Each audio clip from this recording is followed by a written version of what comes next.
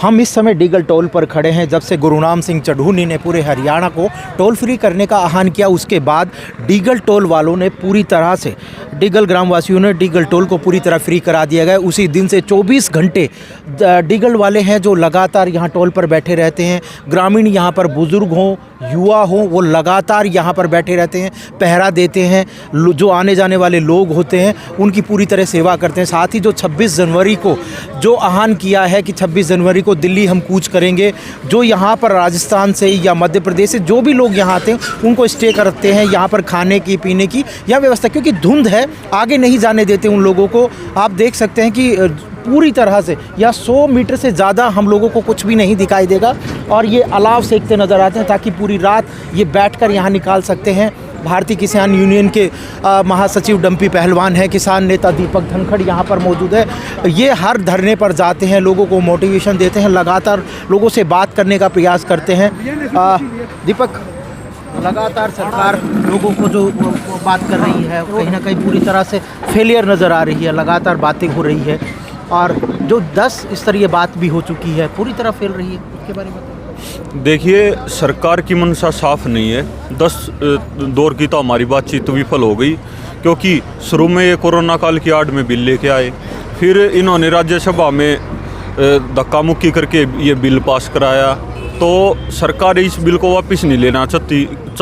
कल भी हमारे किसान संगठनों की सरकार से वार्तालाप है। हम तो यही उम्मीद करते हैं कि भाई इस काले कानून को रद्द कर दें। बाकी हम अपनी 26 तारीख की तैयारी में लगे हुए हैं। लगातार सरकार कहती है कि किसान है कि अपने हट पर अड़े हुए हैं, वो लगातार एक ही जिद कर रहे हैं कि बिल वापसी लें। अमेंडमेंट की हम लगातार कह रहे हैं, अमेंडमेंट नहीं करना चाहते। वो लगातार कहते हैं कि भाई सिर्फ बिल वापसी लेंगे। ये हट धर्मिता क्यों? देखिए, इन्हीं किसान भाइयों ने वोट देकर मोदी सरकार को प्रधानमंत्री बना रखा है और किसानों की कोई हठधर्मिता नहीं है, ना किसानों की कोई मांग है।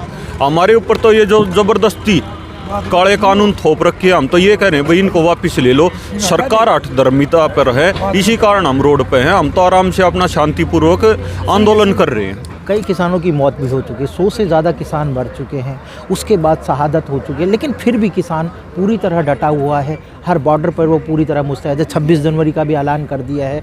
26 जनवरी के बारे में पहले बताएं। देखिए, हमारी 121 साथें होगी आज और एक होगी टिकरी बॉर्डर 122। तो हम ये हमारे भविष्य की लड़ाई है, हमारी ज़मीनों की लड़ाई है, इसलिए हम रुके हुए हैं इतने हौसले और जज्बे के साथ। जब तक ये वापस नहीं हो जाते हम ऐसे ही रुके रहेंगे। 26 जनवरी को जाएंगे दिल्ली? हाँ, 26 जनवरी को पक्का जाएंगे, शांतिपूर्वक ढंग से अपने ट्रैक्टरों पर नेशनल अपना जो फ्लैग होता है वो लगाकर पक्के दिल्ली जाएंगे हम। जी बिल्कुल। भारतीय किसान यूनियन के महासचिव डंपी पहलवान हमारे साथ हैं। डंपी, लगातार दौरे चल रहे हैं, रात को अलाव के सहारे बैठे हैं, कड़कड़ाती ठंड है, धुंध भी है, ये हौसले कहाँ से आते हैं बताएं? हौसले अपने बुजुर्गों को देख के आते हैं जी। रमाकांत जी, हमारे 80-80, 90-90 साल के बुजुर्ग जब हमारे साथ इतनी मेहनत कर रहे हैं इस उम्र में, तो हौसले तो ऐसे ही आते हैं। और ये नस्ल और फसल की लड़ाई है। फसल तो जो हमारी बिल्कुल यूँ मान लो कोडियों के दाम लेना चाह रही सरकार, और आने वाली नस्ल का भविष्य खतरे में है, तो इसलिए डटे खड़े हैं। आप विदेशों में देखते हैं, वहाँ साथ साथ कमाते हैं और साथ साथ उसको खा लेते हैं। और यहाँ हमारे भारतवर्ष में, और जो खासकर हमारा किसान वर्ग है, उसमें चाहे 2 पैसे आदमी बचाता है उसको भी बांध के रखता है। यहाँ हम आने वाली पीढ़ी के लिए, आने वाली जो नस्ल के लिए, तो यहाँ 3-3 पीढ़ी का भी आदमी सोचते हैं हमारे बुजुर्ग।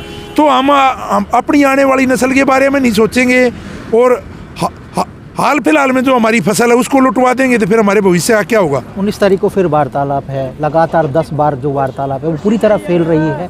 हालांकि केंद्र सरकार ये कहती है कि किसान लगातार अड़िग रहते हैं। वो सिर्फ ये कहते हैं कि ये इन किसानों जो बिल है उनको पूरी तरह वापसी ले जाए। अमेंडमेंट के लिए सरकार तैयार है, तो अमेंडमेंट से अब काम नहीं चलेगा।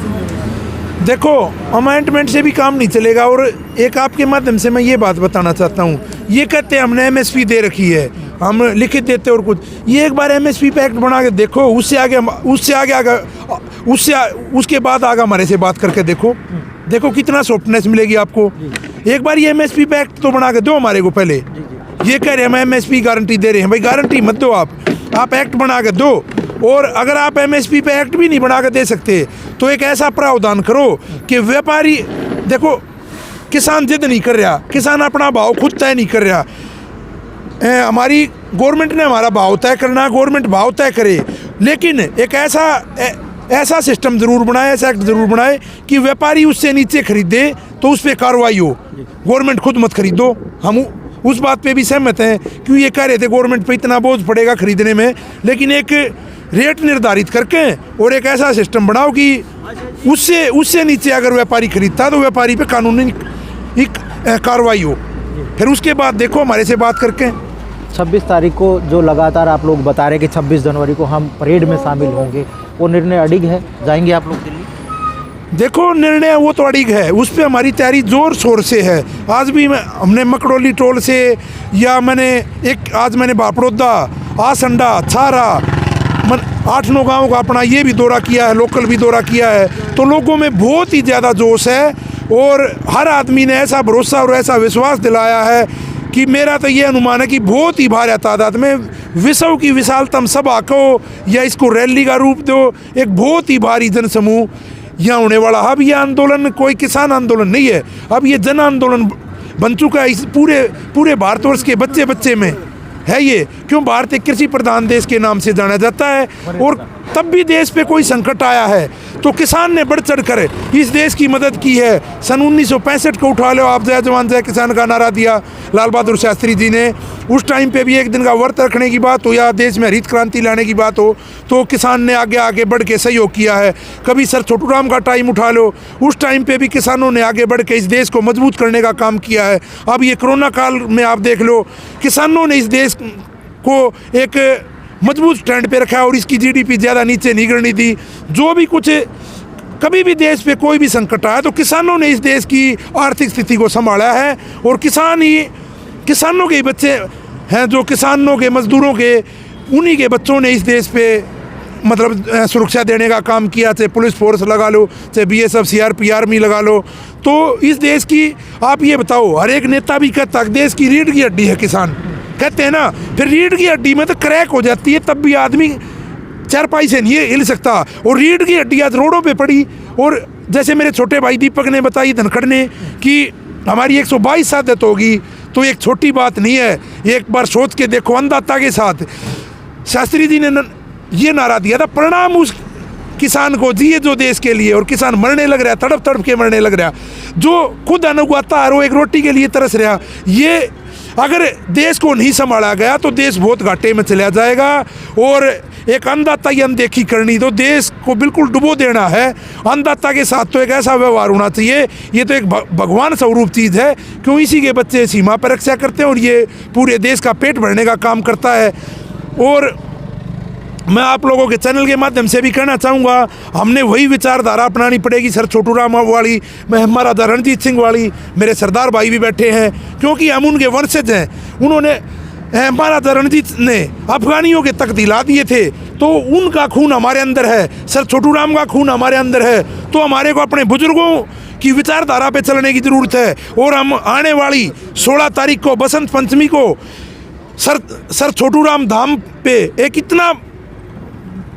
इतना बड़ा जन सैलाब आपको देखने को मिलेगा कि उस दिन एक मेले के रूप में एक बहुत बड़ा, मतलब हम सर छोटू राम की जयंती मनाने का काम करेंगे। एक बहुत बड़ा मेला होगा, क्योंकि सर छोटू राम ने कहा था, उनका जन्म है 14 नवंबर का, लेकिन उन्होंने कहा था मेरा जन्मदिन बसंत पंचमी वाले दिन मनाना, जिस दिन मैं असली जन्मदिन, क्यों उस टाइम पे किसानों की फसलें लहलाती है, इसलिए कहा था। वो इतने किसान हितैषी थे, और हम ये लड़ाई हमारे सरदार भाइयों को आगे करके, और हम इनके नेतृत्व में लड़ाई लड़ रहे हैं। जैसा आदेश हमारे भाइयों का होगा, हम इस पे फूल चढ़ाने का काम करेंगे।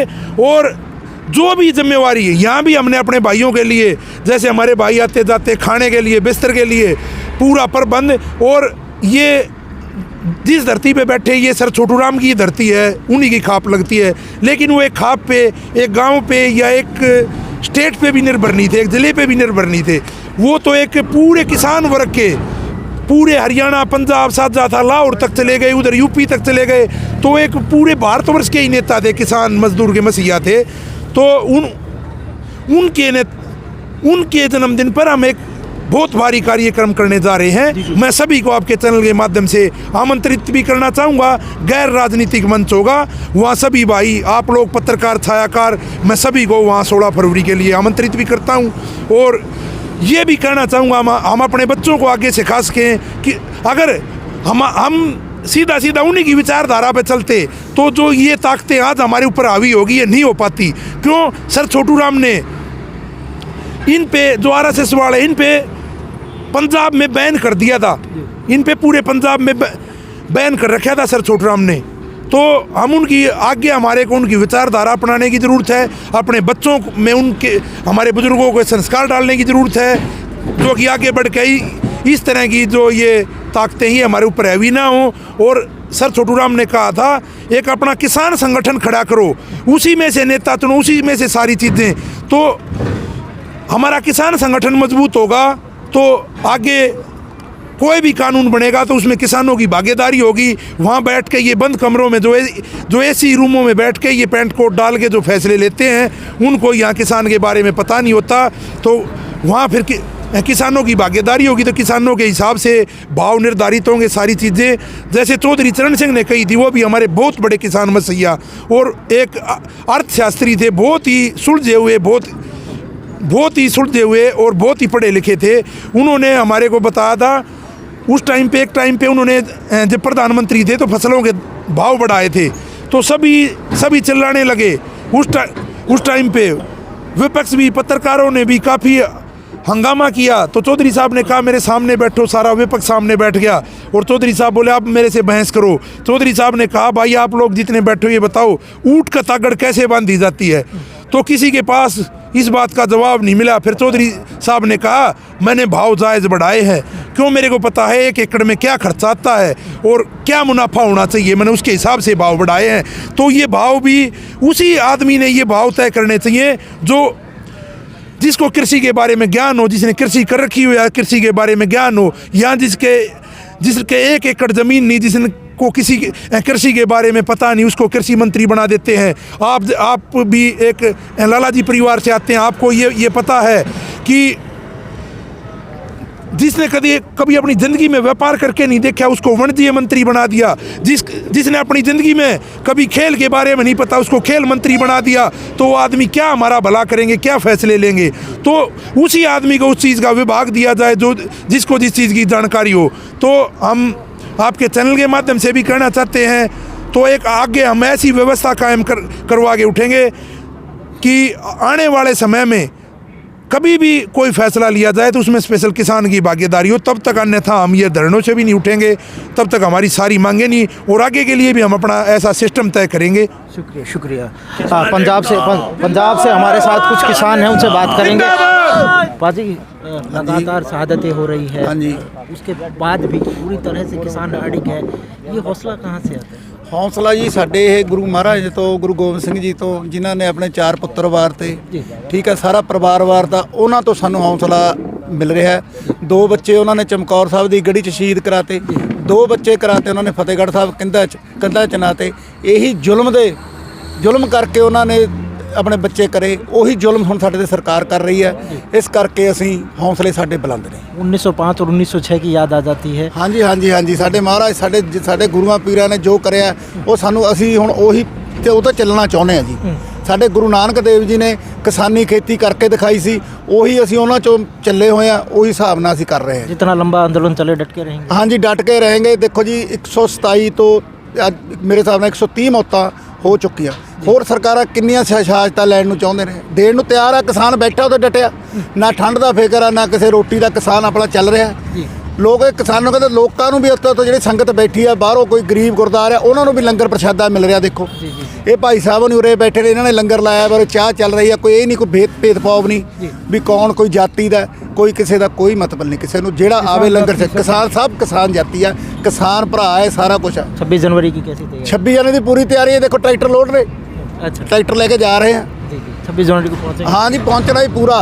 जी, बात करने के लिए शुक्रिया। ये थे हमारे साथ अलग अलग लोग यहाँ पर पहुँच रहे हैं। अलग अलग लोगों ने कहा है कि 26 जनवरी की पूरी तरह तैयारियाँ हैं। आप देख सकते हैं कि ट्रक में भी इन लोगों ने ट्रैक्टर लोड किए हैं और उसके बाद इन्हें धरातल पर उतारे जाएंगे। उसके बाद दिल्ली की तरफ कूच करेंगे। साथ ही उन्होंने कहा है कि कितनी भी शहादतें हो जाए, सरकार हमारे ऊपर कितना भी जुल्म कर ले, जब तक ये काले कानून वापस नहीं लेंगे हम लोग हटने वाले नहीं हैं। साथ ही उन्होंने कहा है कि अमेंडमेंट नहीं, हमें सिर्फ तीनों जो कृषि कानून हैं जब तक वापस नहीं होंगे तब तक घर वापसी नहीं होगी। इसी तरह हम डट कर खड़े रहेंगे। सरकार हमारे ऊपर कितना भी जुल्म करे, कितना भी अत्याचार करें, ये हमारे ऊपर वाटर कैनन का इस्तेमाल करे, लाठियाँ बरसाए, लेकिन जो किसान है वो बिल्कुल कानून में रहते हुए वो दिल्ली कूच करेगा और किसान परेड में शामिल होगा। धन्यवाद।